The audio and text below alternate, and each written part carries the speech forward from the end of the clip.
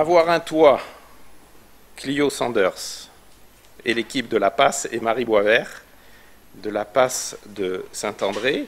Donc Clio est une ancienne étudiante et Marie est médecin à la PAS de Saint-André. Donc je vais vous laisser la PAS et la place, les deux d'ailleurs, avoir un toit déterminant et un enjeu majeur de la santé. Je vous en prie. Donc voilà, bonjour. Alors moi je suis Marie Boisvert, donc je suis médecin à la PAS de l'hôpital Saint-André, donc la PAS généraliste adulte depuis 12 ans je crois maintenant. Et ma collègue Clio Sanders est infirmière à la PAS et plus particulièrement à la PAS mobile depuis 2 ans.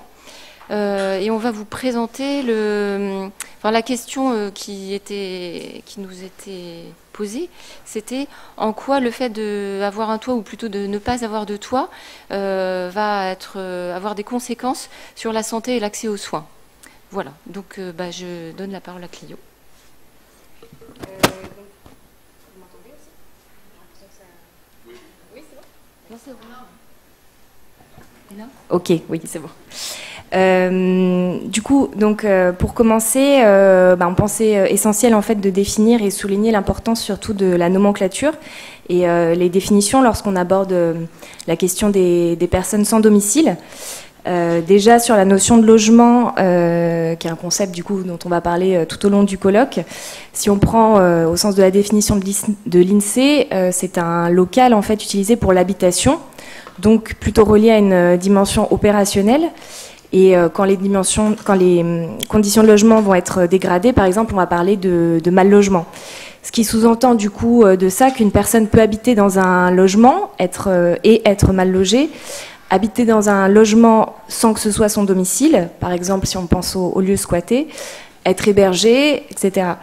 Donc ce qu'on entend par une personne sans domicile, c'est une personne qui ne dispose pas de lieu d'habitation à elle.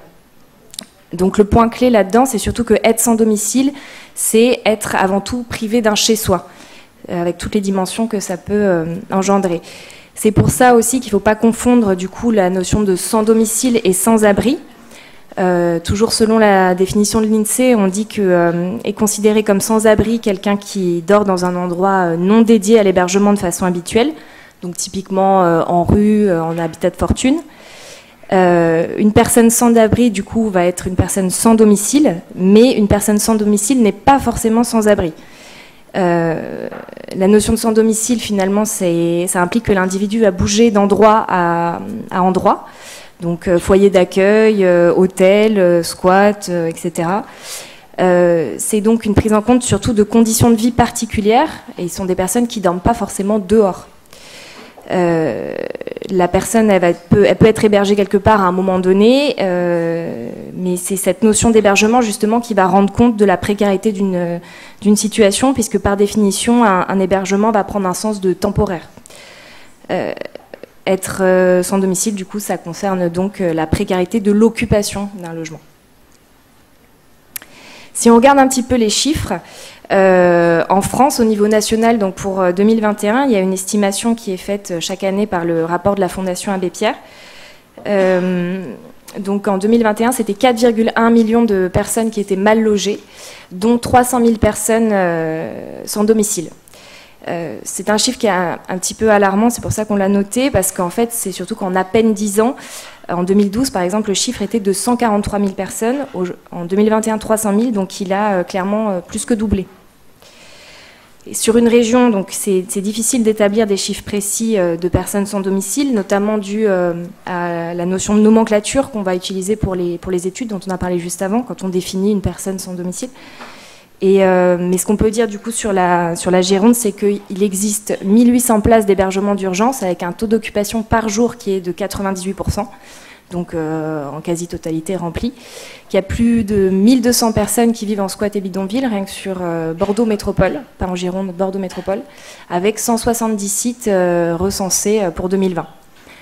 Et effectivement, à la PAS, tous les patients qu'on accompagne connaissent ces problématiques de logement, pour la quasi-totalité, je dirais d'ailleurs, qu'elles soient sans domicile, mal logées ou même sans abri. Si on regarde un petit peu ce qui se passe dans la législation au niveau du logement, Donc c'est inscrit par les Nations Unies dans le droit international relatif aux droits de l'homme que c'est un besoin fondamental, un besoin humain fondamental, et surtout c'est reconnu comme un droit fondamental à valeur constitutionnelle depuis la Constitution de 1946, c'est inscrit. Donc ça a une vraie reconnaissance légale. Mais c'est l'application en fait de l'accès au logement qui est très complexe. C'est pourquoi il y a une succession de lois qui ont été créées pour rappeler que c'était un droit fondamental et pouvoir réellement le garantir. C'est depuis surtout les années 80 et surtout ces 15 dernières années, quand on pense à par exemple la loi Dallot de 2010, la loi Allure 2014, loi Égalité-Citoyenneté 2017. Quelque chose d'assez marquant aussi, 2012, donc quand même très récent, c'est le droit à l'hébergement inconditionnel et à une orientation jusqu'à un hébergement stable ou un relogement qui a été érigé au rang de droit fondamental. Et donc dans la législation, si on veut faire aussi un lien entre logement et santé, on voit que la notion de logement apparaît aussi dans la charte d'Ottawa de 86, donc pour la promotion de la santé rédigée par l'OMS.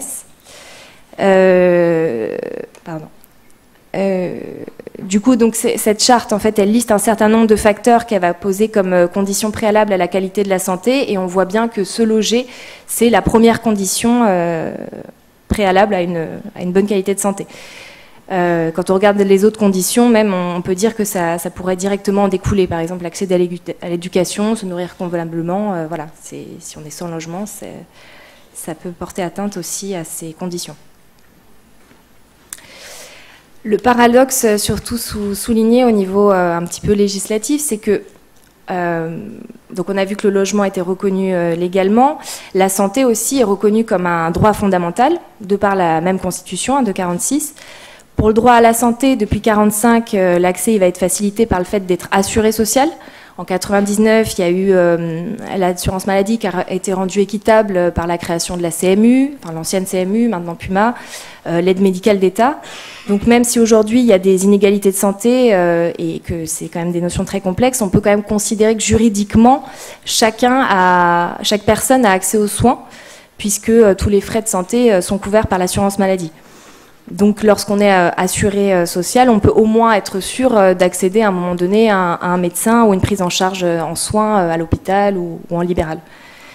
Et pour le droit au logement, dans le cadre, donc ça a découlé directement de la loi d'orientation de lutte contre les exclusions en 1998, la réponse de l'État face au phénomène de sans-abrisme en France, ça a été d'officialiser et de mettre en place un système de veille sociale départementale sous l'autorité du préfet. Et les prestations qui sont relatives à cette veille sociale, elles constituent ce qu'on appelle le référentiel AHI, donc accueil, hébergement, insertion, qui va distinguer d'une part l'urgence sociale, d'autre part l'insertion. Et dans l'urgence sociale, c'est là où on va retrouver notamment les hébergements d'urgence gérés par le 115.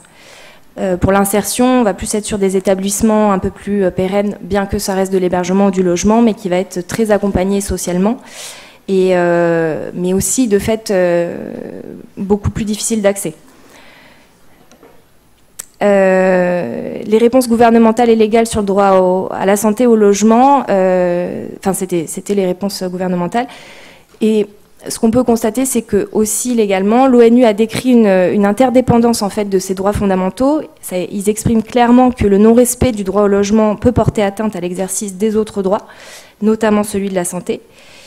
Et en pratique, je pense que beaucoup de personnes ici le savent, que ce soit dans le domaine de l'urgence ou de l'insertion, les dispositifs de veille sociale sont saturés et le droit au logement, lorsqu'on est sans domicile, du coup, ne peut pas être respecté. Le seul droit fondamental, du coup, auquel tout le monde a réellement accès, ce serait le soin par le biais de l'assurance maladie. Une assurance maladie pourra toujours être obtenue plus facilement qu'un logement. Et c'est pour ça qu'on a marqué que pour que le droit à la santé soit respecté, il faudrait que le droit au logement le soit aussi. Car on le sait tous, que être sans domicile, c'est un frein majeur à la prise en charge en santé.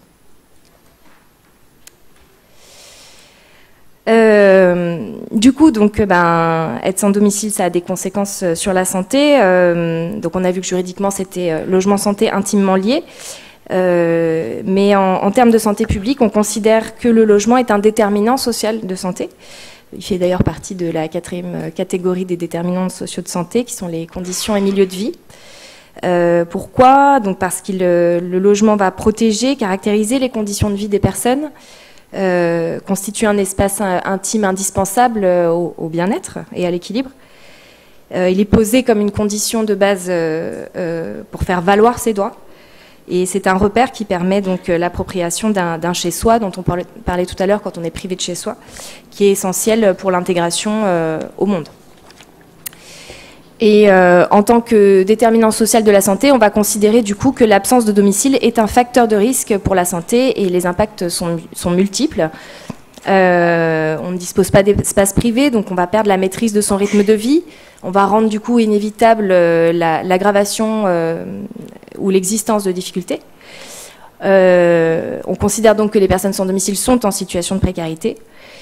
Et il y a de nombreuses études qui ont montré que la précarité, comme vous le savez tous, est un facteur de risque accru de morbidité et de mortalité précoce, particulièrement en ce qui concerne la santé mentale, les maladies transmissibles et les addictions. D'ailleurs, bon, c'était en 2001, c'est un petit peu pas très actualisé, mais 16% des personnes sans domicile s'estimaient en mauvaise santé. Alors les conséquences, en fait, bon, il n'y a pas de pathologie spécifique qui sont spécifiques aux personnes sans domicile, mais c'est la prévalence en fait qui va être différente. On a cité du coup sur cette diapo quelques exemples. Il y a un taux de déclaration de tuberculose qui est 20 fois plus élevé qu'une personne disposant d'un logement, 6,1% de diabète contre 4,9%. 45% de maladies chroniques, donc c'est des patients aussi qui vont être plus exposés aux dermatoses, comme disait M. Bonnet, parasitoses, infections virales. Et surtout, le chiffre un petit peu, enfin en tout cas qui moi m'alerte, c'est l'espérance de vie qui est de 47 ans contre 82 pour la moyenne nationale française, donc c'est-à-dire quand même 35 ans de moins. Celles qui présentent d'ailleurs des problèmes de santé mentale ou des addictions ont une espérance de vie même encore plus basse qui est de 37 ans. Il y a une prévalence aussi estimée dans les troubles psychotiques qui sont à 8 à 10 fois supérieurs, un risque suicidaire 3 fois supérieur, consommation de produits psychoactifs 5 fois supérieure. C'est pas une liste exhaustive, mais ça illustre quand même certaines problématiques. Les conséquences maintenant sur l'accès aux soins. Donc on a vu que ça avait un impact direct sur la santé, mais aussi être sans logement, ça a une conséquence sur le fait d'accéder aux soins. Les personnes sans domicile ont un rapport différent à la maladie. Effectivement, c'est plutôt des personnes qui vont avoir tendance à avoir des recours aux soins tardifs, voire vont être dans du non-recours ou même du renoncement aux soins. Ça implique des retards de prise en charge. Donc là, on a marqué l'exemple de personnes diabétiques sans domicile.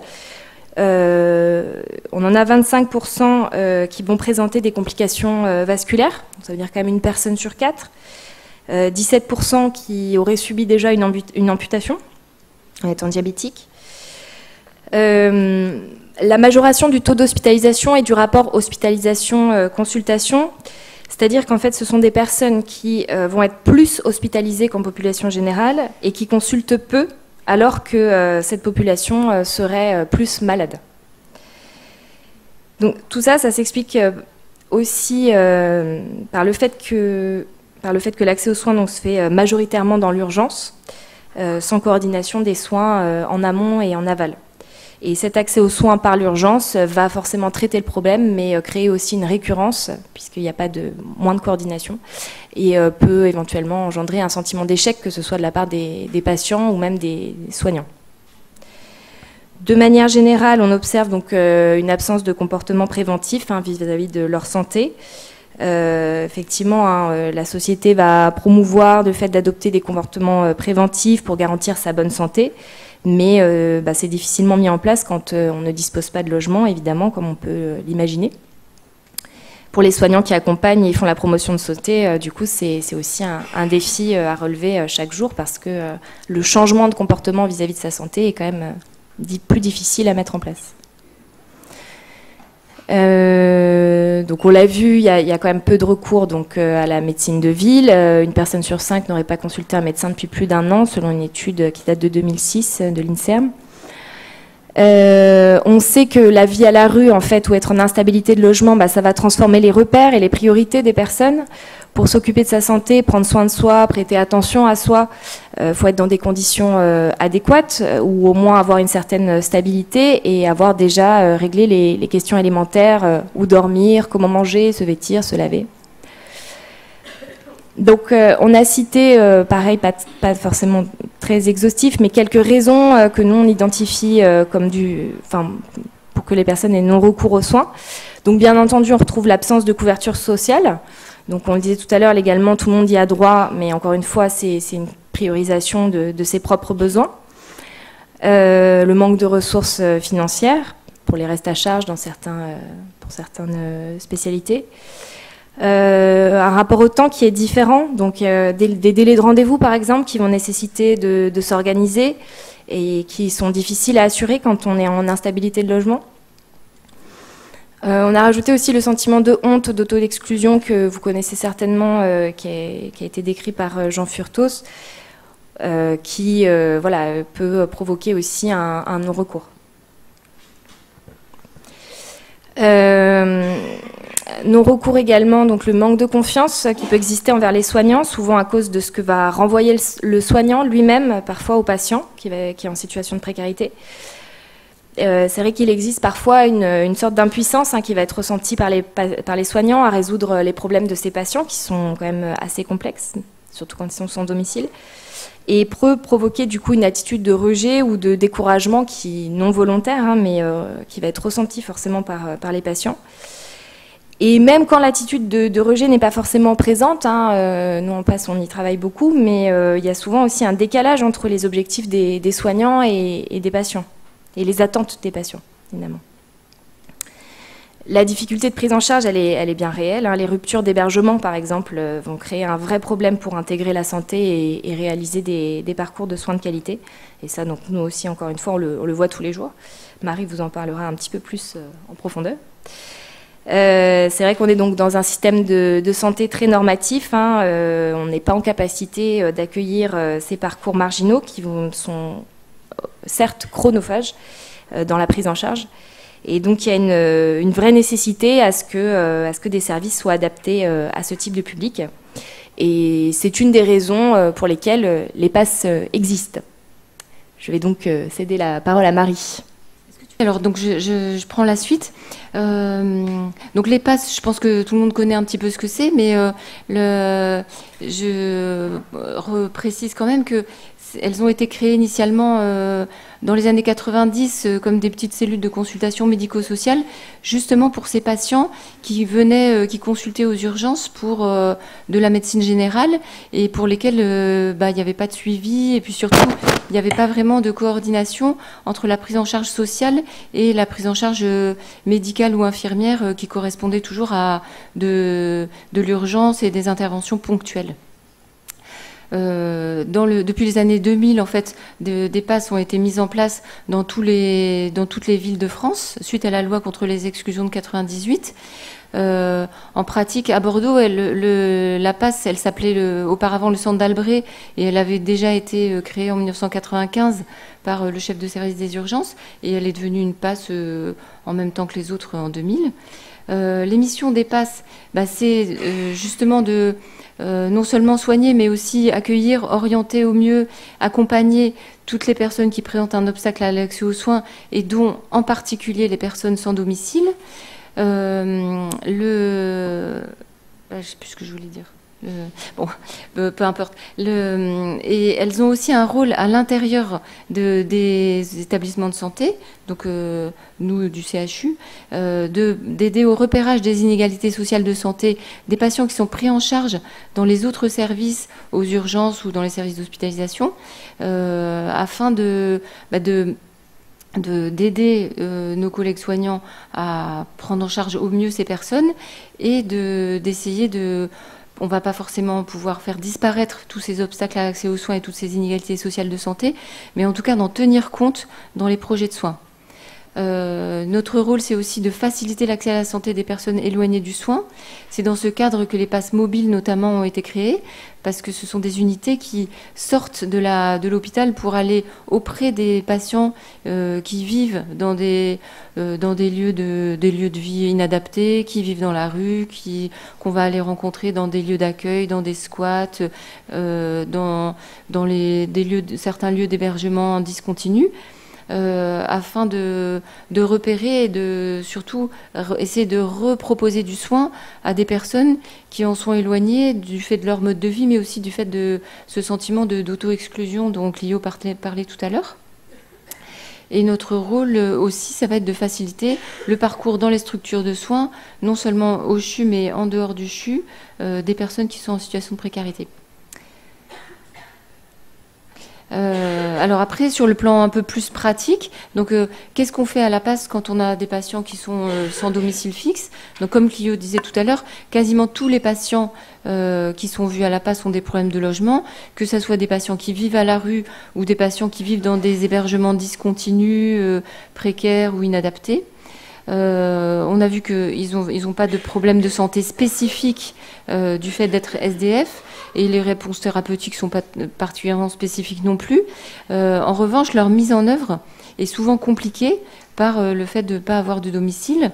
Et du coup, un peu notre mot d'ordre, c'est d'essayer de faire coïncider les propositions thérapeutiques avec les conditions de vie des personnes, ce qui est souvent compliqué. Ça nécessite toujours de prendre en compte les conditions de vie et notamment l'absence de logement. Et ça nécessite toujours, et c'est un peu le squelette de la PAS, d'avoir à la fois des consultations de soignants, médecins et infirmières, et des entretiens sociaux. Le binôme soignant-assistante sociale est vraiment le cœur en fait de la PAS. Et grâce à cette double évaluation et cette double accompagnement, on va essayer d'adapter toutes les propositions thérapeutiques aux conditions de vie des patients et notamment sur le sujet qui nous occupe, au fait de ne pas avoir de logement ou d'être sans abri ou d'avoir un abri mais discontinu, inadapté, etc. Voilà, alors une des premières choses qu'on essaye de faire, donc les PAS, c'est des lieux de consultation externes, ambulatoires, c'est pas des services d'hospitalisation. Ça va être quand on reçoit un patient, de faire le plus possible de soins qui sont sur place et le jour même. Parce qu'on sait que si on essaye de dire aux gens, revenez demain, plus tard, ou alors il faut vous rendre dans un autre endroit, on va avoir dans la plupart des cas beaucoup d'échecs et les gens vont pas trouver l'endroit, vont plus se rappeler qu'ils avaient rendez-vous, etc. Donc on va essayer de faire tout notre possible pour que tout soit fait, un maximum de choses soient faites sur place et sans trop de délais, et quand on donne des délais de rendez-vous, qu'ils soient le plus courts possible. On a la chance à la PAS de Saint-André d'avoir au-delà des consultations médicales et des entretiens sociaux, des soins infirmiers et des soins psychiques sur place, et puis d'être vraiment d'être dans le CHU et d'avoir accès aux plateaux techniques, aux avis spécialisés, à des consultations, voire à des hospitalisations, le recours aux urgences qui sont à côté et auxquelles on est quand même adossé, même si on n'est plus dans les mêmes locaux aujourd'hui.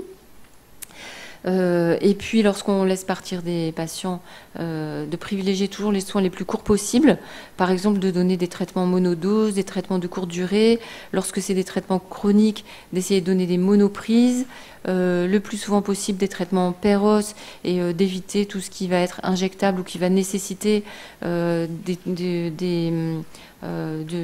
choses techniques auxquelles les patients n'auraient pas accès. Tout ce que je viens de citer, c'est un peu, c'est pas forcément vraiment, mais c'est un peu ce qu'on appelle le bas seuil, c'est-à-dire d'essayer de donner des traitements adaptés. Et le risque, c'est parfois de donner, à force de s'adapter, de faire des traitements qui vont être non optimaux et de se censurer du fait de l'absence de logement sur la qualité en fait des traitements qu'on va proposer. Il y a le risque de renoncer aux soins quand ils sont pas disponibles au CHU. Par exemple, au CHU, c'est compliqué de faire de la kinésithérapie. Donc ça va nécessiter que le patient se rende chez un kinésithérapeute, ça va nécessiter du coup qu'il puisse avoir un moyen de transport parfois, qu'il puisse avoir déjà une assurance maladie, ce qu'ils n'ont pas toujours pour aller voir un kinésithérapeute en libéral.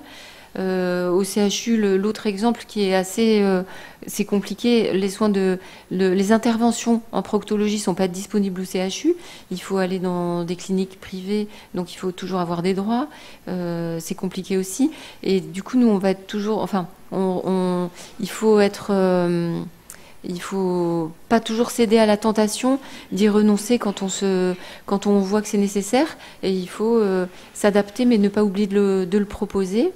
On peut être tenté aussi de pas proposer de tout ce qui va être prévention, par exemple de proposer du sevrage tabac et alcool pour les gens qui vivent dans la rue. On peut être tenté de se dire bon bah déjà la vie est pas très facile. Si en plus les gens doivent faire l'effort de renoncer à quelque chose qui leur fait plaisir, ça risque d'être difficile. Et donc on peut être tenté de négliger ces propositions alors qu'elles sont quand même très très importantes. On peut être tenté aussi de zapper la question de la vaccination parce que ça peut nécessiter des fois plusieurs injections avec un rythme qui peut nécessiter des rendez-vous assez stricts et se dire de toute façon vu ces conditions de vie ça va être compliqué. Donc il faut toujours trouver l'équilibre entre s'adapter et ne pas renoncer. On va aussi peut-être avoir tendance à négliger tout ce qui va être éducation thérapeutique, notamment au niveau alimentation et hygiène de vie, parce qu'on sait que les gens qui vivent dehors ou qui vivent dans des mauvaises conditions n'ont pas forcément accès à une alimentation de bonne qualité, une alimentation qu'ils choisissent. Voilà, on va souvent vouloir proposer des traitements simplifiés qui, par exemple, pour le diabète, seront non optimaux. On va essayer de mettre plutôt des traitements comprimés alors que ça aurait pu nécessiter des injections, ça aurait pu nécessiter des surveillances de glycémie, mais on sait que c'est compliqué d'avoir un lecteur de glycémie, de noter ses glycémies sur un carnet quand on est sans domicile. Donc le risque pour ces patients, c'est de proposer des traitements non optimaux, et donc on cherche toujours à trouver des compromis entre quand même des soins de qualité, même si on essaye de s'adapter. On fait du bas seuil mais le moins bas possible. Le risque aussi, ça va être de prioriser les problèmes qui nous apparaissent à nous, soignants, les plus urgents, en faisant passer au second plan les autres problèmes, et surtout en faisant passer au second plan la demande du patient, qui peut ne pas correspondre à ce que nous, on va considérer comme le plus urgent.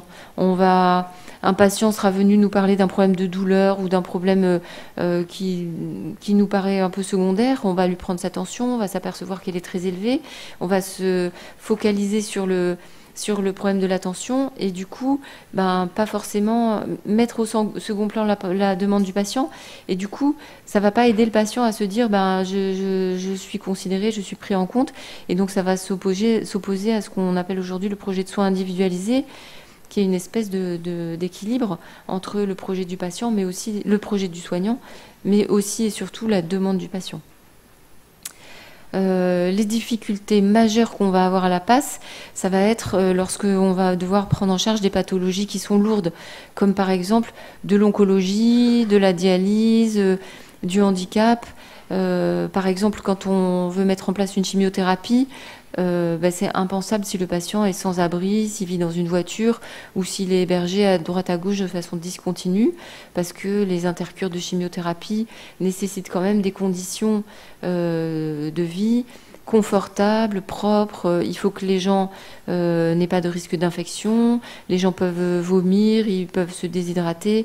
Donc les soins d'oncologie sont très compliqués à mettre en place lorsque les gens n'ont pas de logement adéquat. Les soins post-opératoires, notamment lorsqu'il faut injecter des anticoagulants, faire des pansements, que ça nécessite des soins d'hygiène importants, de la kinésithérapie, sont aussi très compliqués à mettre en œuvre lorsque les gens n'ont pas de domicile.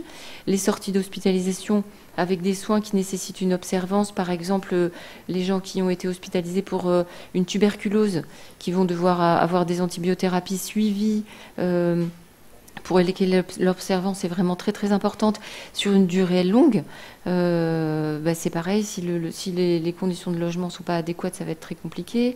Lorsque c'est des mises en place d'insulinothérapie ou des sorties d'hospice qui nécessitent des surveillances infirmières, pour toutes ces prises en charge, il va falloir que nous, à la PAS, on anticipe en amont même de l'hospitalisation ou de la prise en charge chirurgicale, par exemple. On anticipe d'ores et déjà en amont la sortie d'hospitalisation pour éviter de prolonger les hospitalisations, et on va chercher des solutions de sortie. Par exemple, les lits halte soins santé ou des lieux d'accueil qui vont pouvoir permettre la venue d'infirmières libérales si les personnes ont des couvertures sociales. On va par exemple essayer de faire des certificats pour prioriser les accueils en CADA. Une partie des patients qui ont des problèmes de logement aujourd'hui et qui fréquentent les PAS, c'est des migrants qui sont sur le territoire depuis peu de temps et qui du coup n'ont pas encore d'accès à des logements fixes et continus. Et s'ils sont venus avec des problèmes de santé, ou même pour des problèmes de santé lourds, on va chercher à faire des certificats pour qu'ils soient priorisés dans les centres d'accueil de demandeurs d'asile, afin que les soins soient possibles dans le délai le moins long possible. On va signaler au 115 les situations de rue qui mettent en danger la santé, bien que le 115 n'ait pas vocation à tenir compte des situations de santé pour prioriser les personnes. Et malheureusement souvent, les prises en charge vont être repoussées tant qu'on n'a pas nous trouvé de solution d'hébergement en sortie. C'est-à-dire que la mise en route d'une chimiothérapie, une chirurgie, le début d'une prise en charge de diabète, de tuberculose ou autre, va être repoussé et décalé tant qu'on n'aura pas pu mettre en place un logement adapté pour que la suite des soins soit possible et adaptée.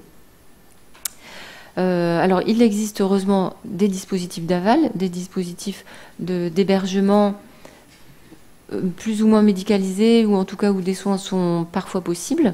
Donc, il y a notamment les lits halte soins santé. Alors, à Bordeaux, il existe 2 sites, un au centre Simone Noailles de 16 places, un géré par le diaconat de 11 places et qui devrait s'étendre de 5 places de plus dans quelques temps. Il y a même un projet d'une 3e structure de 10 places qui devrait voir le jour fin 2022 ou en 2023. Donc ces lits halte soins santé, c'est des lits qui peuvent accueillir des gens qui nécessitent des soins en phase aiguë. Donc des gens sans domicile fixe, bien sûr, pour permettre l'observance d'une thérapeutique, parfois des injections dans certaines situations, des surveillances infirmières, des pansements, garantir une sortie d'hospitalisation avec des soins de bonne qualité ou de post-opératoire. Ça peut être pour une grossesse en fin de grossesse près du terme, parce que c'est des périodes où le séjour à la rue est quand même très dangereux. Et parfois... et parfois permettre pour notamment des patients en situation de souffrance psychique ce qu'on appelle un séjour de répit, c'est-à-dire que le séjour à la rue pour les gens en souffrance psychique est quand même particulièrement difficile, et de se poser un petit peu pendant quelques semaines afin de mettre en place un projet de soins plus adapté. Bien sûr, ces lits halte soins santé ne sont pas adaptés pour les pathologies chroniques parce que c'est des séjours de courte durée. Normalement, c'est 2 mois maximum, mais qui sont parfois prolongés ou renouvelés. Et lors de ces séjours qui sont centrés sur le soin, il y a quand même bien sûr toujours un accompagnement social dont le but est d'essayer d'éviter le retour à la rue à la sortie de cette prise en charge. Mais malheureusement, on voit souvent que le retour à la rue est parfois inévitable, et en particulier pour les personnes qui sont en séjour irrégulier, les personnes sans papier, parce que ça les empêche d'avoir accès à plein de dispositifs d'hébergement. Il y a d'autres dispositifs, donc notamment les appartements de coordination thérapeutique, mais malheureusement pour ces appartements de coordination thérapeutique, les délais de prise en charge sont parfois longs et donc permettent souvent pas de trouver une solution dans l'urgence. Il y a le CAU spécifique dont on vous parlera cet après-midi qui s'adresse plutôt aux patients en souffrance psychique. Le SAMU social peut avoir quelques places d'hébergement dans leur local qui est au Capucin et puis quelques places de mise à l'abri dans les CAU. Mais ça va être des mises à l'abri de courte durée.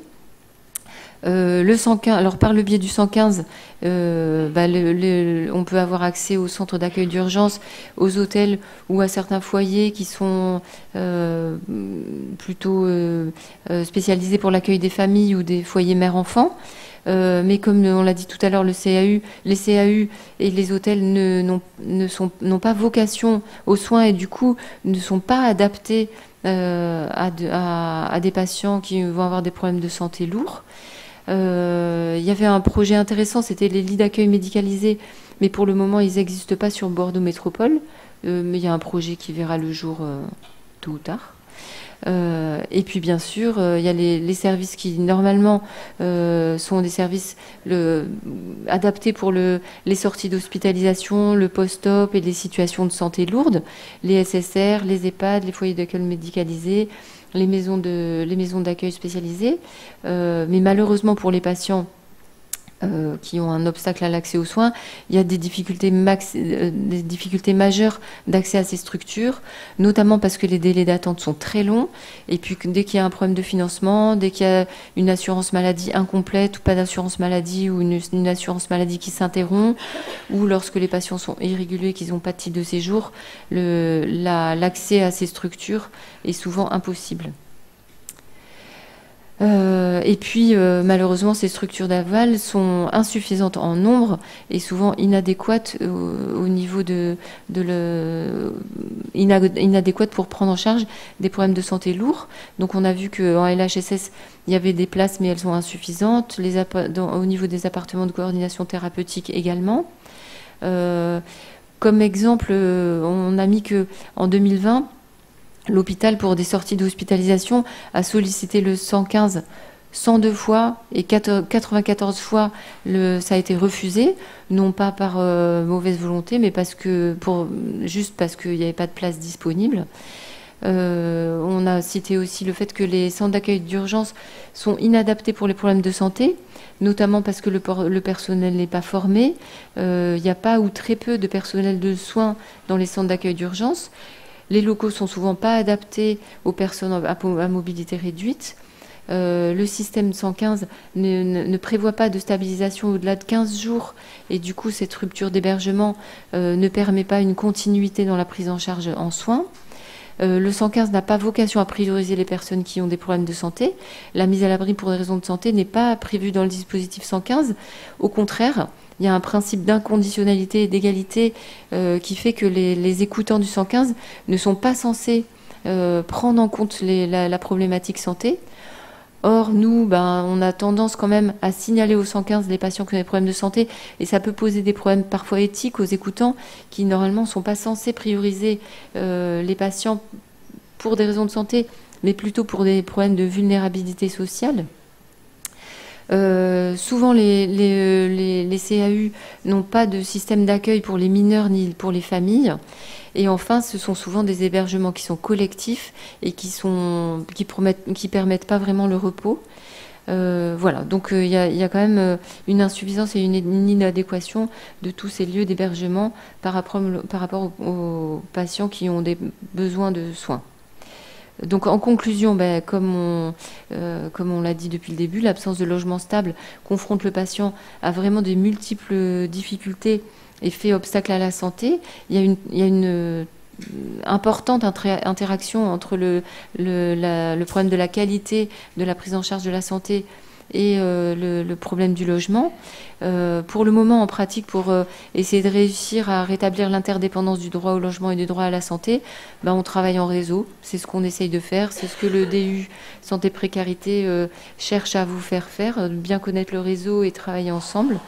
On a un assez bon exemple de ce travail en réseau, c'est qu'au moment de la prise en charge du Covid, lorsque on a commencé à vouloir prendre en charge des patients qui étaient enfermés dehors, c'est-à-dire des patients qui ne pouvaient pas être confinés, qui ne pouvaient pas être isolés, qui ne pouvaient pas être pris en charge dans de bonnes conditions, que ce soit pour la prévention ou la prise en charge des patients infectés, le travail en réseau a été extrêmement actif, important, et aujourd'hui encore nous conduit à travailler beaucoup entre institutions, structures de santé, structures d'hébergement, associations, structures institutionnelles. Et on continue aujourd'hui à travailler grâce à ce qui a été mis en place à cette époque-là. Voilà, donc maintenant on va peut-être échanger avec vous. Merci. Merci beaucoup Marie et Clio pour cette overview sur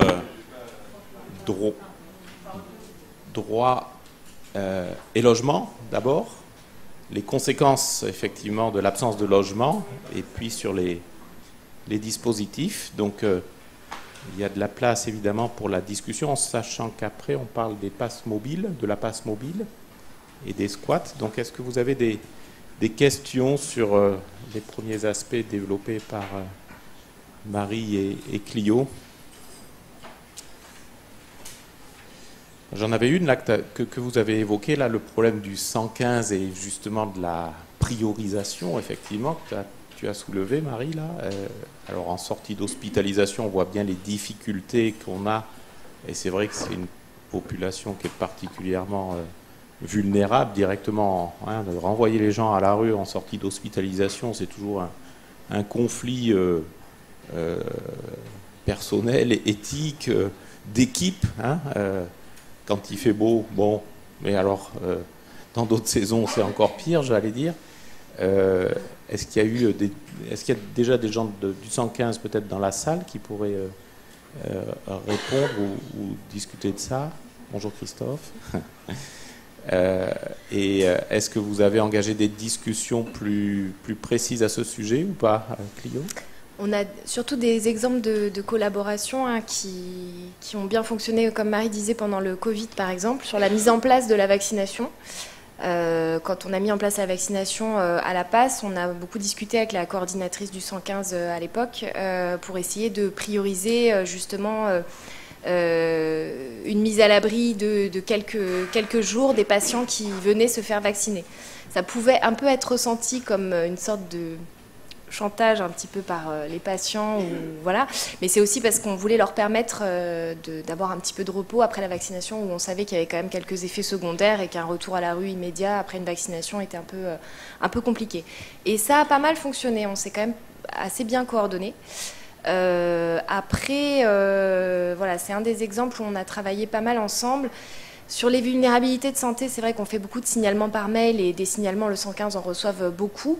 Après, nous, à la passe, on a quand même des contacts directs avec les personnes qu'on connaît. Et quand on parlait de cette nécessité de travailler en réseau, c'est extrêmement important de se connaître. Je pense qu'on en a tous conscience. Et c'est vrai que dans l'échange, ça peut être en échange téléphonique, on va pouvoir un petit peu plus porter un dossier ou quelque chose. Mais voilà, il y a aussi, je vois Céline au loin, les groupes sorties d'hospitalisation, voilà, qui ont repris là, qui étaient plutôt mis a priori entre parenthèses pendant le Covid, mais qui ont repris là après le Covid. Céline était coordinatrice sur un centre d'accueil d'urgence en tant qu'infirmière, et elle travaillait sur ces groupes de travail. Donc voilà, il y a quand même des choses qui se font, mais c'est vrai que ça peut être un peu insuffisant encore. Après, on est chacun aussi dans nos activités. Et quand on parlait aussi de cette notion de travail en réseau, c'est la notion de décloisonner un petit peu les instances également, d'essayer vraiment d'être dans du médico-social vraiment. Voilà. Je suis moi-même infirmière à la passe et j'aurais une question concernant la relation que vous avez avec les services d'hospitalisation. Comment se fait le lien entre le service d'hospitalisation et la passe? Est-ce que vous allez être averti en amont de la sortie d'un patient? Est-ce que vous allez dans les services pour rencontrer le patient avant qu'il sorte? Comment vous organisez tout ça? Alors c'est une très bonne question parce que justement ça demande à se développer. On a la chance à Saint-André d'être dans une structure hospitalière qui est de petite taille, enfin suffisamment petite pour qu'on connaisse bien nos confrères dans les services d'hospitalisation. On se croise, on se parle, mais on voit qu'à Pellegrin, le lien est plus compliqué à créer parce que simplement l'hôpital est plus gros, les gens se connaissent moins et on aimerait beaucoup pouvoir créer une petite cellule de liaison en fait entre la PAS et les services d'hospitalisation pour être en support et en soutien des prises en charge des patients précaires dans les services d'hospitalisation et notamment anticiper les sorties. Alors on le fait un petit peu parce qu'on se connaît, parce que des fois dans les services d'hospitalisation, quand ils savent que la sortie est pour bientôt, soit les assistantes sociales des services contactent les assistantes sociales de la PAS, soit les médecins, les internes, voilà. Mais c'est vrai que ces liens ne sont pas formalisés, même s'ils sont habituels, et on n'a pas vraiment. On pourrait peut-être avoir une sorte de protocole qu'à chaque fois qu'un patient a été repéré comme ayant des critères de précarité et notamment pas de domicile, il y ait toujours un signalement des services d'hospitalisation à la PAS pour qu'au moins on ne soit pas forcément en charge d'organiser sa sortie, mais qu'il y ait toujours une communication autour de cette problématique. Voilà. En pratique, il faudrait qu'on soit un petit peu plus nombreux à la PAS pour pouvoir le faire de façon satisfaisante. Alors, une petite question. Moi, je suis désolé, je n'ai pas resté beaucoup parce que à la réunion du Master Proms, on va parler d'éducation thérapeutique pour les populations précaires. Mais je voulais mettre un petit sujet un peu provocateur dans cette réunion pour animer le débat. J'ai été le médecin du centre Covid SDF qui a été monté au départ avec l'entraide.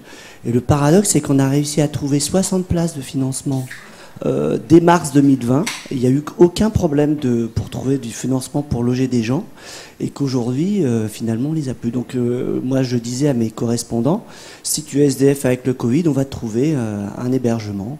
Et puis d'un seul coup, plus de Covid, plus d'hébergement. Donc voilà, c'est pour dire que quand on veut, on trouve souvent les moyens et les dispositifs pour héberger les gens. Et alors, c'était quoi la recette, Christophe ? Oui, voilà. Malheureusement, j'ai pas de La réponse. recette, c'est que je pense quand même qu'il y a une question de volonté et que souvent aussi, il faut peut-être trouver des stratégies alternatives. Les stratégies alternatives, c'est qu'aujourd'hui, il y a aussi du logement. Il y a plein de gens qui sont logés en ville de manière inadaptée. Il y a l'équipe du SAMSA d'SOS là, qui est là. Et qu'on accompagne, il y a aussi des équipes médico-sociales qui peuvent accompagner des gens en situation précaire dans du logement précaire. Et ça, c'est aussi des nouveaux partenariats qu'il faut réinventer, reconstruire et développer. Après, je pense que vous avez raison, hein, tout ne passe pas aussi par le partenariat. Hein, le fond des choses, c'est toujours une question de moyens mis en place, hein, quoi qu'il arrive. Après, nous, on fait toujours avec tout le réseau, fait avec les moyens qu'il a. Mais effectivement, je partage parfaitement votre avis. On a vu des choses pendant le Covid, la période Covid, effectivement, qui se sont éteintes assez vite. Et on a oublié, y compris à l'hôpital, les leçons tirées de la crise. Mais tu fais bien de le rappeler que, effectivement, des solutions ont été trouvées en crise et qui n'ont pas été pérennisées derrière. Effectivement, il y a pas mal de choses comme ça. Oui, Christophe Lagavriel. Oui, bonjour, de l'EMPP de Charles Pérens. Merci beaucoup pour votre présentation qui montrait vraiment de façon éloquente l'intrication entre logement et santé, et puis la difficulté entre des cadres législatifs ou constitutionnels ou de déclaration sur cet impératif et les mises en pratique qui sont difficiles par les politiques. Et peut-être quand on voit que les problèmes de logement, de non-logement ont doublé en 10 ans, j'ai deux questions et une remarque. La première question, est-ce que c'est pas seulement, principalement la question des migrants en situation irrégulière qui se retrouvent en position... Est-ce que c'est pas principalement cette population-là, dans la mesure où la PAS reçoit quasiment à l'hôpital Saint-André du CHU de Bordeaux quasiment 95% de migrants. Et puis deuxièmement, une remarque, c'est finalement un modèle, quand on voit cette augmentation, et qui nous amène, nous, en tant que dispositif de soins de premier ou de deuxième niveau, à nous adapter, à nous contorsionner dans nos pratiques, à nous adapter, on l'a vu pour le diabète, pour les suivis des maladies chroniques, enfin, voilà, et on baisse nos exigences par rapport à nos standards habituels. Finalement, est-ce que c'est pas un problème civilisationnel, c'est-à-dire même, je dis ce mot-là pour se situer au-dessus du politique, c'est-à-dire quel mode de civilisation on veut proposer, quoi, c'est-à-dire par rapport à des populations comme ça complètement exclues et pour lesquelles on rabaisse nos pratiques et nos exigences.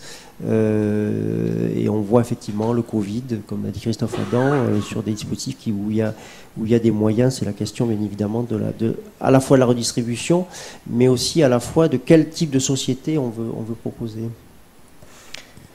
Sur la première question, concernant les 300 000 personnes sans domicile et un chiffre qui a augmenté x2 en 10 ans, je pense que dans le détail, éventuellement, il faudrait regarder bien dans le rapport de la Fondation Abbé Pierre, mais comme je l'avais un petit peu étudié dans le cadre de mon mémoire, j'avais surtout vu un chiffre qui m'avait alarmée. Quand on parle de migrants, effectivement, ils sont, à mon avis, majoritaires effectivement, dans les personnes vraiment sans domicile et qui vont fréquenter le 115, parce que justement, alors chez les migrants, pour personnes qui vont avoir un droit au séjour irrégulier, enfin qui vont être en situation irrégulière, c'est majoritairement ceux-là qui vont solliciter le 115 parce qu'en fait c'est la seule option qu'ils ont. Concrètement, les assistantes sociales ici pourront le dire, il n'y a aucune solution d'aval en termes de logement pour une personne qui est en situation irrégulière. C'est clairement impossible. Aucune structure ne les accueille. Donc il y a ça, mais donc, probablement que ça a fait augmenter les personnes sans domicile. Après, moi, ce qui m'avait vraiment alarmée, c'est quand même qu'on parle de... Parce que il y a le sans-domicile et il y a aussi le mal-logement. Et on parle quand même de 4,1 millions de personnes considérées comme mal logées. Et en fait, si on extend aujourd'hui avec les nouvelles normes on va parler la Fondation Abbé Pierre dans son rapport, il s'agit de presque 16 millions de personnes. Donc 7 millions de personnes en France. Et si on parle de ces personnes-là, ce sont des personnes qui vont être en situation régulière pour la plupart, je pense. On enlève les 300 000 sans domicile et puis voilà. Donc, il y a quand même, en France, on sait qu'il y a quand même une crise du logement, une crise du travail, une crise en santé. Et il y a aussi, effectivement, la question de la crise migratoire. Et effectivement, ça va augmenter tout ça. Après, dans ce qu'on veut répondre, quoi qu'il arrive, en médico-social, on reste dans l'accompagnement de personnes qui vont être en difficulté. Et la question de la migration, elle est bien présente sur le territoire. Donc, on est obligé de la prendre en considération et d'y prêter une importance particulière, je pense. Oui, puis je suis assez d'accord avec la question de quelle civilisation on veut. Je pense que justement à la PAS, on essaye d'être des lieux où on a une prise en charge et un soin qui va dans le sens d'une civilisation plus humaine. Malheureusement, on n'est pas très nombreux, mais on est quand même très actifs et très motivés. Et ça rejoint un peu le grand... il a disparu. La grande thématique de Christophe Adam, qui dit que en fait, les PAS sont un peu des laboratoires d'un soin plus humain. Voilà, j'espère qu'on l'est vraiment et même si malheureusement, comme disait Fabrice tout à l'heure, on est amené à grandir parce que la précarité augmente, c'est bien aussi qu'on soit amené à grandir parce que je pense que cette nouvelle façon de soigner, c'est un peu le germe d'une civilisation à laquelle on croit, en tout cas nous. Bon, si on est tous là, je crois qu'on y croit tous un petit peu. Est-ce qu'il y avait d'autres questions ? Oui.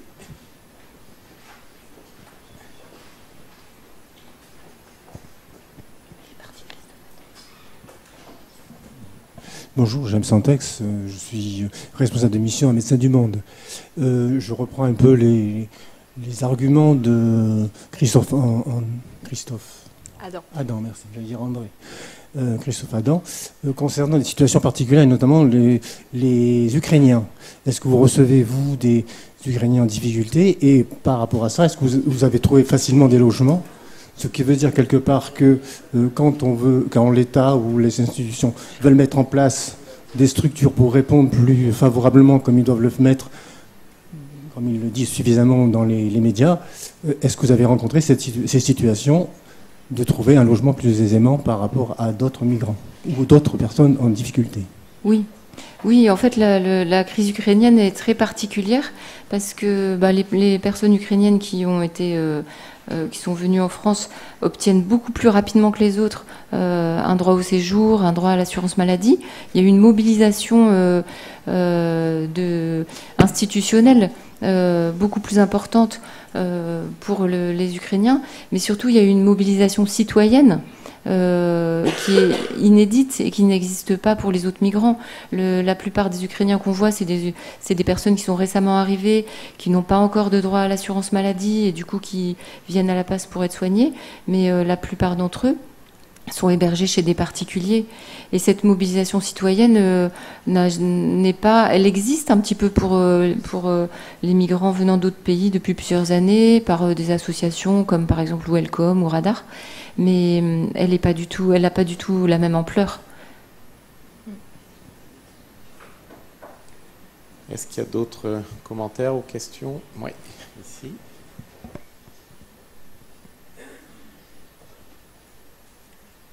Bonjour, Caroline Gislard, je suis depuis peu coordinatrice du service social et de la PAS au centre hospitalier Sud-Gironde. Je suis assistante sociale de formation, donc on est aussi amené à recevoir ces réfugiés ukrainiens. Je confirme complètement les propos de ma collègue. Nous, on est aussi dans l'accompagnement, là pour le coup, des familles pour permettre l'accès aux soins et en santé, en fait, des hébergés, parce qu'effectivement, tout le monde s'en doutait, mais l'accueil des familles par les familles, ça commence à devenir compliqué, parce que ça s'inscrit dans la durée. Et on est aussi là en soutien et en partenariat pour permettre aussi de libérer la parole des hébergés, qu'on reçoit aussi dans un second temps, parce qu'effectivement, dans certaines situations, ça commence à devenir difficile. Voilà. Merci pour ce témoignage, c'est effectivement ce qu'on entend. C'est vrai qu'on est dans ce paradigme pour les structures de soins que nous sommes, d'arriver à essayer de trouver un logement, quoi. On est des structures de soins, on contribue à l'état de santé d'une population, mais vous vous souvenez, les étudiants du DU ou les autres, des facteurs associés à la santé, le logement en fait partie, mais il est un petit peu hors du champ du cadre du soin stricto sensu. Donc on est obligé de prendre soin, effectivement, dans nos structures hospitalières et autres, mais le logement nous échappe quand même un petit peu, et on n'a pas la main mise effectivement là-dessus. Le soin, c'est 30-40% de l'état de santé d'une population, et le logement, c'est probablement beaucoup plus, mais on n'a pas effectivement la main dessus, et je dois admettre un sentiment de frustration très important, en tout cas de ma part, et j'imagine qu'il est partagé par beaucoup de soignants par rapport à ça. Et la sortie d'hospitalisation est je pense, un moment quand même clé qu'il faut peut-être retravailler, enfin continuer à travailler, vous l'avez abordé. Et la fameuse Céline, elle est où là, qui a travaillé? Vous voulez dire un petit mot sur ces structures sorties d'hospitalisation? Ou je ne veux pas vous mettre en difficulté, mais parlez-nous peut-être de ce que vous avez fait ou de ce que vous faites.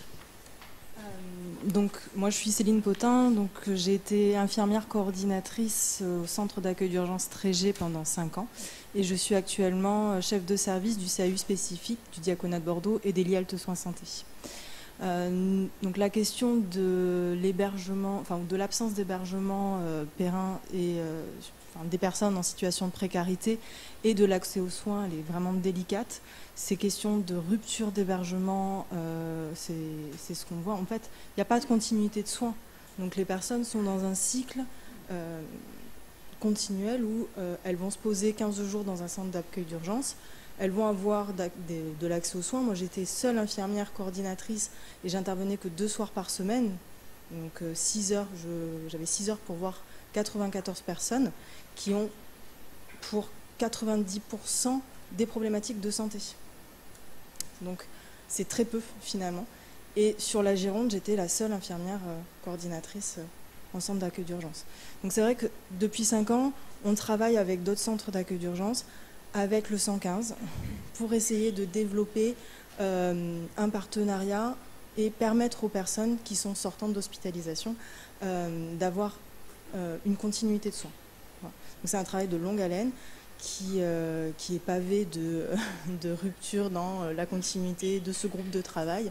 Et là, on va s'attacher à aller rencontrer les services hospitaliers et notamment les cadres de santé pour faire découvrir aussi ce que c'est un centre d'accueil d'urgence. Qu'est-ce que c'est? Quelles sont les conditions d'accueil? Les conditions d'accueil, c'est des personnes qui sont à la rue la journée, surtout l'été. L'hiver, on essaie de les maintenir sur les centres d'accueil d'urgence, mais elles sont à la rue la journée. Elles entrent à 17h, elles sortent le matin à 9h et il n'y a pas de personnel qualifié, formé pour leur permettre de poursuivre leurs soins. Voilà. Et avec une difficulté de faire intervenir les infirmiers libéraux sur ces structures-là. Voilà. Ça c'est sûr, je pense qu'il y a une méconnaissance de la part des soignants au CHU de ce que peut être la vie sur un collectif en CAU, au 115. Après, encore une fois, ce lien il doit être fait parce qu'il y a des petites choses en fait en pratique qui peuvent être mises en place et facilitées au niveau des transmissions aussi, et puis rassurer aussi le personnel social qui souvent est seul sur les structures et en termes de santé, n'étant pas du domaine de la santé, peuvent être un petit peu paniqués pour certaines situations. Donc il y a vraiment un travail de lien à faire entre l'hôpital et les CAU. Quoi qu'il arrive, les moyens et le nombre de places, par contre, n'augmentent pas. Donc quoi qu'il arrive, on sera aussi confronté, encore une fois, à des refus en sortir d'hospitalisation. Mais là, dans le cadre de ce groupe de travail, de ce que j'en ai compris, c'est vraiment pour essayer quand même de huiler un petit peu, de décloisonner en fait les deux et relier un petit peu le... Voilà. Parce que l'hôpital a aussi quand même une vocation dans le social. Bonjour, moi je suis Violette Delcroix, assistante sociale à l'Oncopole sur Toulouse. Donc je partage les difficultés dont vous avez parlé tout à l'heure sur les traitements chroniques, comment prendre en charge en hébergement les patients avec des traitements ou des pathologies chroniques en tout cas. Moi j'avais une question un petit peu en décalé, plus sur les situations de mal logement. Est-ce que vous avez affaire, ou en tout cas il y a une prévalence avec les syndromes de Diogène qui peuvent aussi porter atteinte, si on peut dire, à un parcours de soins ou à une qualité des soins? Alors, pas tellement, oui un peu, mais pas tellement à la PAS, parce que en fait, la PAS c'est un lieu de consultation et les gens viennent c'est les gens qui viennent à la PAS demander du soin. Souvent, les syndromes de Diogène, c'est des patients qui, pendant très longtemps, vivent dans ces conditions-là de façon complètement cachés, et on les découvre lorsqu'ils arrivent aux urgences dans des situations d'urgence gravissimes par rapport de déshydratation, de dénutrition, d'avoir chuté, de rhabdomyolyse, etc. Donc c'est pas des patients qu'on va être beaucoup amenés à voir à la PAS. Je pense qu'ils vont être plus vus aux urgences ou en hospitalisation ou en psychiatrie. Et même en mobilité, en passe mobile, en tout cas sur Bordeaux, je ne sais pas si on a vraiment fait le choix ou pas, mais en tout cas, c'est que notre activité ne permet pas en fait, de aussi aller à la rencontre de ces personnes qui sont en logement, en logement insalubre. En fait. On s'occupe vraiment de la précarité de logement bas seuil, vraiment bas seuil. Oui, bonjour Cécile, je suis infirmière à l'hôpital.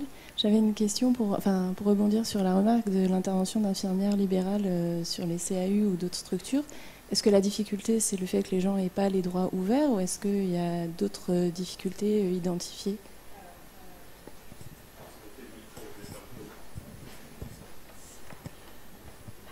Alors il y a plusieurs types de difficultés. Effectivement, le fait que les personnes n'aient pas de droits ouverts en est une. Même pour faire intervenir SOS Médecins sur un centre d'accueil d'urgence, quand les personnes n'ont pas de droit, c'est impossible. Et l'autre difficulté qu'il y a, c'est quand les centres d'accueil d'urgence ne sont pas ouverts la journée, qui ferment à 8h du matin ou 9h le matin, et qu'ils réouvrent qu'à 17h. Donc c'est un temps qui est quand même assez court pour que les infirmières puissent, ou les infirmiers puissent intervenir. Et puis le public n'est pas constant. Donc un jour ils vont être là, un autre jour ils vont louper le rendez-vous, ils seront pas là pile à l'heure parce que voilà, ils sont dans d'autres démarches aussi, et c'est pas forcément toujours leur priorité d'être là pile à l'heure quand il y a besoin d'avoir des soins. Et du coup, les infirmiers se découragent parce qu'on sait aussi leurs difficultés, la charge de travail qu'ils ont, et attendre 1 heure ou passer plusieurs fois sur le centre d'accueil d'urgence quand ils sont dans leur tournée, c'est compliqué. Voilà.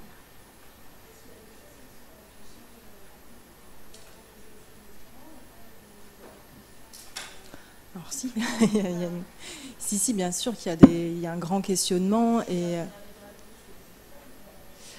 non, après on travaille avec tous les acteurs de la précarité justement à chercher des alternatives et à avoir des projets un petit peu innovants pour permettre cet accès aux soins aux personnes dans les centres d'accueil d'urgence. Ouais.